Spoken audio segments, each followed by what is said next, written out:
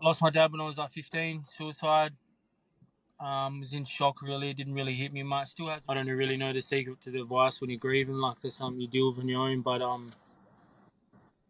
yeah, that's pretty much why I make music. So I solemnly swear that I will tell the truth, the whole truth, and nothing All right, but the everybody, truth. Ronnie here from The Truth About Addiction. Welcome to another show. Today's guest is known as Verbalize, a hip-hop artist and a young fellow that I've been sort of following his music a little bit, and I like some of the stuff he does. And yeah, I hand over to you. What's your story, brother? my story, At the beginning. beginning. My dad separated from my mum when I was like 3. Didn't see him a lot of my life. So I just pretty much stayed with my mum. My 2 brothers are older, so they were out doing their own thing. One of my brothers got into life of drugs. Still struggling now with that. I still deal with that on a daily basis kind of thing. He's a lot better than he was, but he's still struggling. Yeah, basically just lived with my mum, just grew up, was very sheltered to the age of about 15. I think it was about 14, 15. I wanted to go live with my dad. And then my dad ended up committing suicide when I was 15 up in country. I was actually going to school about an hour and a half away in Kanama. I don't know if you know where Kanama is. No. Yeah, so I lost my dad when I was like 15, suicide. Was in shock really, it didn't really hit me much. Still hasn't really hit me now, but the older I'm getting, it's starting to hit me. And I ended up going into a school of isolated distance education art program to just cope with the grief and that. My teachers put me in there. And then pretty much lived with his partner for a year, raised my little sister, who was 2 at the time. She's now 16. I haven't seen her since. Heaps of heaps of troubles and dramas happened over his funeral and the money and all that kind of stuff. So I kind of seen that firsthand when I was young. And then when I was when I was 16 or 17, I got a message from my mum, and she was trying to overdose on pills and that. And luckily we got to her in time. Yeah, when all that happened, one of my dad's missus friends told me to start drawing. So she gave me like a notepad, start drawing that in. So I was drawing for a while, designing tattoos and doing all sorts of drawing, like I was really good at it. And then the drawing just slowly led to poetry, which I think I got from my dad because he'd done a bit of poetry. And then kind of just was writing songs, but not really of any meaning, like just more rhyme and stuff, putting stuff together in bars and entrees and stuff. And then I started writing stuff from like third person perspective and just looking at my surroundings and the way I grew up. And yeah, I'm pretty much where I am now, just still making music, helping people that need help. Got into a lot of drugs, a lot of alcohol, just anything to numb myself really. There's a lot more of the story. Yeah, that's cool. But yeah, that's just like the gist of it. So basically music saved my life, and I still use it now. I still have a lot of people inbox me, like push that message, help others that live the same as me or been in the same positions as me or asking me for advice and stuff, because I don't really know the secret to the advice when you're grieving, like there's something you deal with on your own. But yeah, that's pretty much why I make music. So I'm working on an album at the moment, which is my whole life. It's called Through My Eyes. It's halfway done. That should be done by the end of next year, probably the end of this year. And that's like tells the story from when I was young to now. Yeah, basically just ended up just taking anything to numb myself until I really went inside myself, kind of thing, and just started doing the inner healing from the inside out. I actually started my journey when I started reading a book by Joe Dispenza, whatever his name is. Yeah, I started reading his book called Becoming Supernatural, and started doing a lot of breath work and just looking at how you can rewire your brain and your thinking and your thought patterns and train of thought, and kind of just started healing myself from the inside out that way. And yeah, life's going pretty good at the moment. Just waiting on a message back from Rio Mining Company, a full-time job. Cool. I've been pushing for that for like 6 years now. I've been doing fly in, fly out. There's a lot to the story. There's a lot more to the story, but That's all right, brother. I'm not sure what to share and not what to share. You know. Yeah, that no, all good. So alcohol, that was your first drug, was it? Yeah, alcohol. I was introduced to it at a young age. My mum was Yeah. very bad with alcohol when we were younger and that. Always just go get her cans and go get her alcohol and all that. So I was around it at a young age. Um, Believe it or not, when I lost my dad, I became very sheltered. Didn't really party much. Didn't do any of that. Like, didn't really get to grow up really till I was about 19, 20. And yeah, started off with alcohol, and then ended up being marijuana. Like just to hang with my brothers, so older. Just ended up being like another gateway, and then just started going on to the harder stuff. What was your drug of choice, mate? Ice or heroin? Ice. Ice, yeah. Horrible fucking shit. It was more like a I don't know. When I take it, it was like a numb, like it would block the tears, but it was also like being on it for a while, being on it for a long period of time, be a couple of days up, and not sleeping and stuff. I also had a lot of time with myself where I'd self-reflect as well. Like as much as I was reckless, there was always times where I would I don't know, almost like speak to my own soul kind of thing. Like I would conversate with myself and like worked out a lot of what I needed to do to heal myself basically when I was on drugs. I couldn't really do that work until I broke free from that, if that makes sense. But I knew what I had to do. Yeah, 100%. And so you listen to Dr. Joe Patenzo, and he talks a lot about breath work, and he talks a lot about healing from in, because I believe it's an inside job. I don't think we have a drug problem. Definitely. You know, I say to everybody, you don't have a thinking problem. You don't have a drinking problem. You have a thinking problem. Yeah, it's a thinking problem. It's definitely a thought. It's the way your thoughts are. Like when I used to take the drugs, it'd be like almost like a ritual. Like I'd have them on my own, and I would either create something, draw or write something, or I'd just like my own space. Like I'd sit with myself and just really feel what I needed to change inside, but couldn't because I had that grip. But yeah, So he's taught me a lot. have you got Aboriginal in you? Me, Yeah, Aboriginal? yeah, Yeah, yeah, I do. yeah. Cool. I thought so.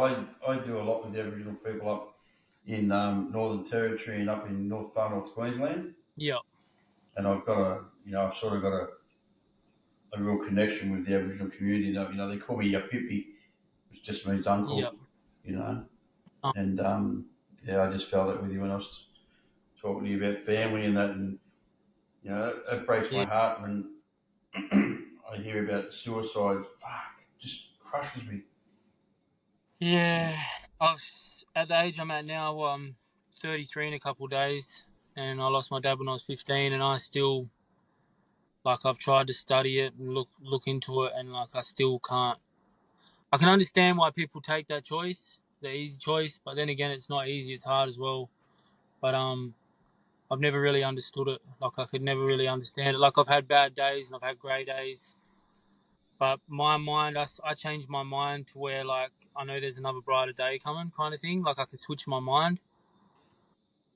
As bad as the states as I've been in and the come downs I've been on and everything like that, like I can just, I don't know. I switch the way that my thinking is. Like I've never really got that bad. Does that make sense? Yeah, it does. I just had a mate kill himself last week. Yeah. He'd, Sorry. he'd Yeah. been around recovery for 20 years and he just couldn't get it. He just kept on relapsing. He fucking hung himself. And he's a guy 40 something years of age. At different times had a lot of money, just lost a lot, and then in the end just hung himself. And it's like, fuck. So I'm the same as you. I don't understand it. I've thought about it, but I've never, I would never do it because Oh, I think about my family. I've definitely had the feelings and the thoughts, and like, but they're temporary. Like, because I live next to where my mum is at the moment. Like, she's doing really well, and yeah, I see her every day for a cup of teas and stuff like that. But like, I see Right. her, and I couldn't leave anyone behind, kind of thing, because I know how it feels to be left behind. Yeah, But I also 100%. think people that do it, they're not in their right frame of mind either. Oh no, something happens, man. Something dark happens. Something that we will never relate to. I reckon it's something spiritual. Like I honestly reckon it's not possession, but I believe there's something spiritual to it, where like they're tormented or pushed. Because Yeah. my dad was only 40 years old, and you know this is the first time in my life I lived with him when he committed suicide, and he planned his death 2 weeks before he done it because he gassed himself and that, and he had the pipe on the driveway and he was telling me not to touch it and shit like that. And like I just didn't pick up on the small signs. Like he'd take me to a job site and that, and he'd be like, "This will be the last job I do." And when I was young, I didn't pick up on the signs. Mm. But he was trying to tell me, but I didn't pick up on it because I was so young. But now when I look back and I look at the signs, I can see like he was crying out for help. But he was also very fearless. I also believe that's another reason why people do it, because they're fearless and they understand that, you know, death isn't a scary thing. You know what I mean? They understand that it's actually part of life and it is a beautiful thing. Like they've understood that side where they're going. So your music, my Yeah. friend. Yeah. I listen to some of your stuff. I'm an old bastard, but I like hip hop. I like that stuff. Do you know Greeley? Yeah, I know Grilly, yeah. Yeah, I've never I met try him, to. but He's a slack ass. I tried to contact him a few times. He was supposed to come on the show, and yeah. I was same as Mad Child. Mad Child's in Australia at the moment. And I've sent him a Yep. message. I like you heard of Dax? You heard Dax's stuff? Yeah, I heard of Dax. I did a what was that song you done? The Man one? Yeah, Yeah, that's I cool. done a remix to that for a competition about my dad, but he didn't end up seeing it. Oh wow, I'd like to hear that. I like the one I haven't Have you heard seen. God, sorry, have you heard my song I did with Flows? no. Do you Which know who one's Flows that? DeLeone? No, but I'll look at Uh it when I finish with you. it's called I did two songs, so I did one called I Wish I Could, where I'm in the studio. And That's then my nickname. yeah, it's a crazy story because Flows, when I was 15, I used to listen to him and I always manifested like one day I'll be doing a song with him, you know what I mean? He's a really big artist and he raps about real stuff, like doesn't sugarcoat nothing like me. And yeah, something happened with him or something. He ended up in hospital. I can't remember what really happened, but something happened with him. He ended up in hospital. And I tagged him in my Instagram story, just tagged one of his songs or something. So the message that I sent him a year before, he ended up seeing. And then he started typing back to me, and I was like, what the hell? And I was with my cousin. I was like, he's typing back to me, bro. And he listened to my song, Wish I Could. And then, because he usually charges like a fair bit of money for a feature, and he sent back a message. He said, I want to remix this with free of charge. Yeah, And then, nice. he wrote a 32 bar verse, like one that was real deep. It's called I Wish I Could Remix. It flows on my channel on YouTube. And then I scrapped my whole verse that I had for the remix, and I rewrote another 32 bar verse, like probably one of the deepest verses I ever done against his one. Like I was talking back to him. And then I went to studio, got it all mixed, and then I got my scenes filmed in Perth. He got his filmed at the hospital that he was at. Like there's all his stomach cut open, and as I was saying that song, I'll spit you some of the bars at the start if you want to hear them. Go for it. So the start, like he done his verse, and then the start of mine was I really felt those words, my brother, all the pain we both been through. If it wasn't for the music, I'd be hanging from the closest noose. Truth is though, my soul is black and my heart is broken too. Dad, I miss your face a lot. Please tell me what I'm supposed to do. Can you come and visit me and guide me in this life I live? I'm over being so afraid, been praying I didn't cry again. Stuck inside my darkest source, chasing where the silence is. I see you in the mirror though, what your face and mine reflects. Guess it gives me comfort though, knowing now that you're at peace. It's never gotten easier, I'm not the type that's good with grief. I take my life to speak to you. I'm thinking now how good it be. I can't leave mum behind just yet. So when I rise, come look for me. And then it's yeah, that was like the start. How I was speaking back to him. Yeah, nice, It's cool. really, I'll check it out. I it's will. And really once we good, find, I'll get really my good. missus to tag it. I'll get Yeah, that in the podcast too, brother. So music to you, you reckon saved your life? yeah, 100%. Expression. If it wasn't for music, I'd either be not here anymore or I'd be in jail because a lot of my family have done 20 plus years jail too. Mm. I Yeah, see them right. like most of them I've only ever spoke to over the phone. So Yeah, fuck that. It's a waste of life. Joe's like using heroin, man. It's just a waste of life. It does something to you. Prison does something to you that people don't understand. Unless you've done it a long time, you don't understand the amount of damage it's done. You know, like I've done a long time, and I I'm know that I'm lucky. I'm damaged. lucky. I never went to prison. Good. It's a I waste think of life. that's mostly because I've seen a lot of family go, and like I've just learnt from watching and observing, and yeah, I like my freedom. I get bored Yeah. easy. Yeah. Smart man learns from someone else's mistake. An idiot learns from his own. Yeah, But yeah, no, man. uh, I'm so happy that you found something. For me, what I do now, talking to people, and I run a drug rehab. That's my passion. That's what saves my life. that's I awesome. love helping people, man. My purpose is to carry a message that using drugs Yeah, and crime's a waste of life, yeah, and that's why I've got this little. I got a dream of putting a hip hop together. I've talked about this for a couple of years now. Putting a concert on that's a drug-free concert with all the people that are in recovery, all the yeah, people that are drug-free, and put a concert on just for people that are drug-free. yeah, It's a dream, man, and everything starts with a dream. yeah, definitely. Um, when it comes to the suicide topic, I've lost like 20 mates in 3 years, It's crazy. and It's crazy, isn't it? a lot of them hung themselves and stuff like that, and a lot of them like were meant to catch up, and I still see their messages now where they were like, "We're gonna catch up," and then just life got in the way of things, and then yeah, they're gone. I had a mate send me a message about 7 months ago, 8 months ago. Good mate, and he had a Centrelink shirt on. And he had under the bottom it said "Living the Dream." He was Yeah, just mucking around. He was a multi-millionaire, and he said, "Living the life off the drugs. Life's fantastic." I got a phone call the next morning. He OD'd and died. that's crazy.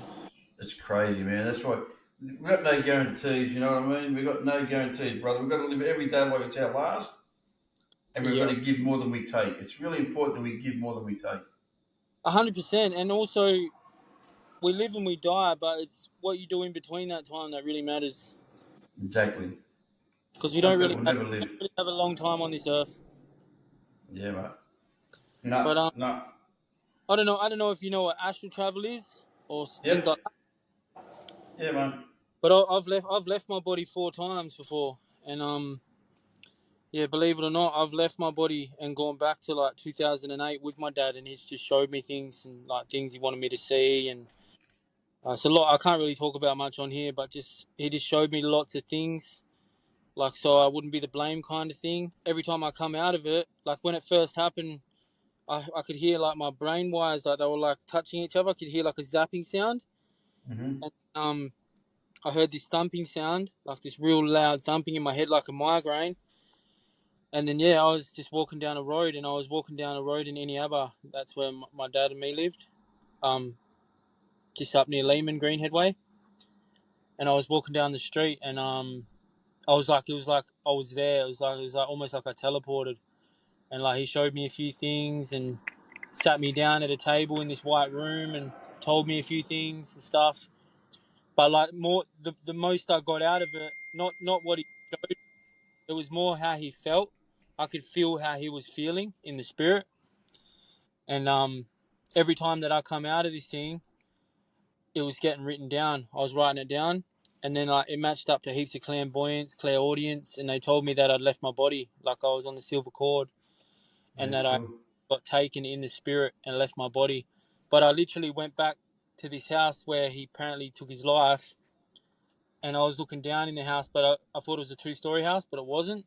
I was actually in the spirit looking down, bird's eye view, like looking down at the Yep. scenario and what went down and all that sort of stuff. And yeah, I come back to my body 5 times, and I wrote it all down. And yeah, it was just crazy. Like, it all matched up with all the clairvoyance. I had my cards read by 2 people at once. Yeah, it's just crazy.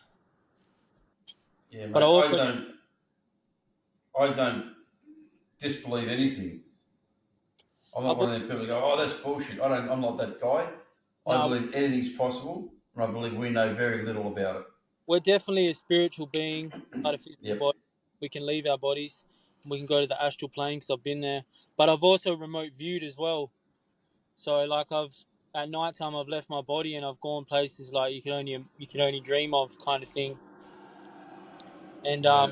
like, to the point where I've seen these places and then I've typed them in Google to see where I went, and like, these are real places in the world.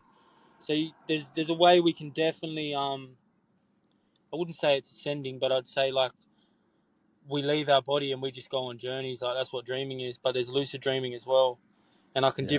differentiate the two. But yeah, I got you. astral travel taught me a lot of things about myself, and also when I was on the drugs a lot, um, if there was a mirror around, I did a lot of mirror gazing, and like when you mirror gaze, they say that you're staring at your own soul, and it can make you cry, it can make you emotional and stuff like that. But you're looking into your own soul, basically, they call it. And I used to do a lot of that. Like, I'd been up for nights on end on the drugs, but I'd be alone. I'd rather be on my own, and I'd have conversations with myself for hours.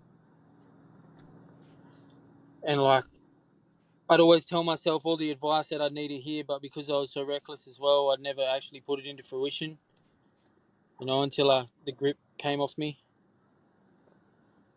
So I've got all the advice to give in the world to people that need my help, kind of thing. That's what I do every day. I just wake up to people that need help, make music to help people, because a lot of people need help.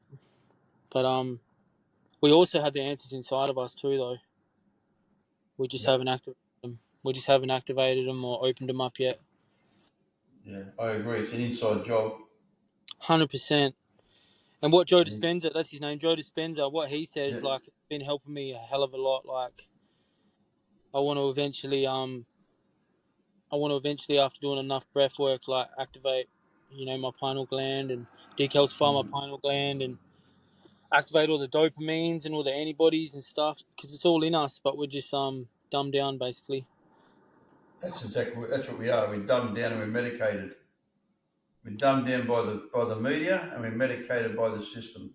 They call us sleepwalkers, but I'm awoke. Like, since the age of 16, I think it was, I was gardening at this old lady's house, and I had my headphones in. I was listening to hip hop, and I said, "Have you ever heard of this band?" I was doing volunteer gardening, and she come over to me and she took my headphone out and she goes, "Are you ready for the New World Order?" Which is what's happening now, all that shit. And I said, "What do you Yeah. mean?" I had no idea about any of it. And then she wrote down on a bit of paper. She wrote down some names. She wrote down Phil Schneider, who created all the underground military bases. She wrote down Colorado Denver Airport, and she wrote down a lot of like all the tunnel systems and that. This little old lady, and then I just went from there. So from the age of 16 to now, I've just gone down that rabbit hole, and I'm kind of woke. Like, I know what's going on. I know where we are. I know there's more than this to the world, and I know there's more than this to us as human beings. Yeah, And nice. Cool bananas. All yeah, right, my friend, what's your purpose? What's your purpose in life? mine, Yep. to help others that need saving. Yeah, good purpose. That's Yeah, the perfect answer for me. that's what I believe I'm here. That's why I believe we're all here. But I believe a lot of people, their ego takes over, Mm-hmm. and a lot of people, greed takes over too. And I just believe, Ego. I believe it all goes round and round. So the law of attraction, cause and effect. The Yep. universe. I believe karma. Yep. It's what you get back. Well, that might have been the last one from Verbalize. His phone's been playing up and getting hot. So it's been an entertaining chat and nice to speak to him. I think the guy's doing good stuff and he's got an honest desire to help people, which is wonderful because at the end of the day, we all should be helping each other. Love thy neighbour, I think they said something like that in the Bible. Not that I'm a Bible person, but I'm a spiritual person and I believe there's a lot more to life than taking. If you're new to our podcast, Our podcast is about helping the other people. We help the people who still suffer in and out of addiction. You don't have to be a drug addict to need help. You don't have to be a drug addict to have mental health issues. Mental health issues means you're bad thinking. So I always say you have a thinking problem, not a drinking problem. So if you're having a problem with drug and alcohol or thinking problems, contact the Truth About Addiction. We'll do our best to help you. Thanks very much. Look, from the Truth About Addiction, thanks to Verbalize for his time. And I know it was a pretty hard thing for him to do because he was parked in a car. He had no reception. His phone was getting hot. But you know what? Life goes on. Life's not perfect. So from Ron for the Truth About Addiction, thank you very much. And I really, really, really am grateful that you guys are here to listen to us. Thanks, guys. I solemnly swear that I will tell the truth, the whole truth, and nothing but the truth. So help me God.